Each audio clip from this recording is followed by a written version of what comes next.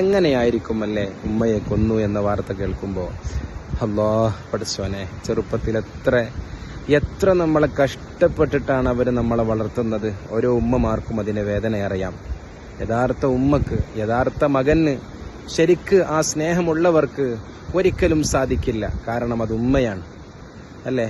അവരെ ബഹുമാനിക്കാനാണ് പരിശുദ്ധ ഖുർആൻ, അതുപോലെ മുത്തുനബി സല്ലല്ലാഹു അലൈഹി വസല്ലമ തങ്ങളൊക്കെ നമ്മളെ പഠിപ്പിച്ചത് അല്ലേ.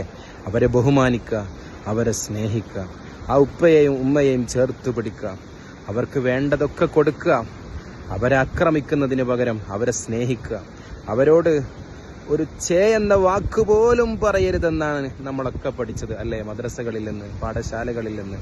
അവരെ ബഹുമാനിക്കാൻ മാത്രമാണ് എല്ലാവരും പറയുന്നതും പറഞ്ഞു തന്നതും ചെയ്ത് കാണിച്ചു തന്നതും. അതുകൊണ്ട് അരുത്, ഒരു നിലക്കും നമ്മൾ നമ്മുടെ വാക്കുകൊണ്ടോ നമ്മുടെ പ്രവൃത്തി കൊണ്ടോ നമ്മുടെ വാപ്പക്ക്, നമ്മുടെ പൊന്നുമ്മക്ക്, നമ്മുടെ പൊന്നു വാപ്പക്ക് വിഷമം വരുന്ന ഒരു പ്രവൃത്തിയും നമ്മളിൽ നിന്നുണ്ടാവരുത്. അങ്ങനെ ഉണ്ടായിക്കഴിഞ്ഞാൽ നമുക്ക് ഈ ദുന്യാവും നാളെ പാരത്രിക ലോകവും നമുക്ക് നഷ്ടമാണ്, വെറുതെയാണ്. വിജയം വേണോ? ആ ഉമ്മയെ സ്നേഹിക്കുക. വിജയം വേണോ? ആ വാപ്പയെ സ്നേഹിക്കുക. അവരെ ചേർത്ത് പിടിക്കുന്നവരാവുക. അല്ലാഹു തൗഫീഖ് നൽകട്ടെ.